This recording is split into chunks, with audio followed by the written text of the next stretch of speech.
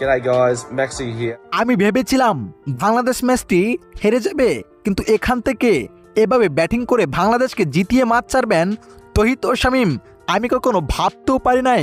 দর্শক, তৌহিদ হৃদয় ও শামীম হোসেন পাটোয়ারির অবিশ্বাস্য ফিনিশিং দেখে লাইভে এসে তাদেরকে প্রশংসায় বাসিয়ে একই বললেন অস্ট্রেলিয়ার তারকা গ্লেন ম্যাক্সওয়েল, যা মুহূর্তেই ভাইরাল। দর্শক, কে জানতো এভাবে বাংলাদেশকে জিতাবেন তৌহিদ হৃদয় ও শামীম হোসেন পাটোয়ারি। অনেক দর্শকই তো ভেবেছিল এই ম্যাচটি বাংলাদেশ হেরে যাবে, কেননা লাস্ট 6 ওভারে 70-এর মতো রান লাগতো, কিন্তু এই রান নিয়ে ম্যাচ জিতে নেন বাংলাদেশ দল মাত্র 4 ওভারে, যেটা অবিশ্বাস্য ছিল।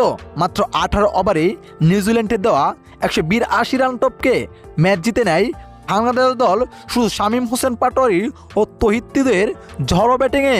এদিকে তাদের ব্যাটিং তাণ্ডব দেখে গ্লেন ম্যাক্সওয়েল বলেন, আমি ভেবেছিলাম বাংলাদেশ মনে হয় ম্যাচটি হেরেই যাবে, কিন্তু লাস্ট মোমেন্টে এভাবে ফিনিশিং দিবে তৌহিদ ও শামীম, আমি ভাবতেও পারি নাই তারা একদিন বাংলাদেশকে ভালো এক জায়গায় পৌঁছে দিবে টি-20-তে। তাদের জন্য শুভকামনা ও ভালোবাসা রইল।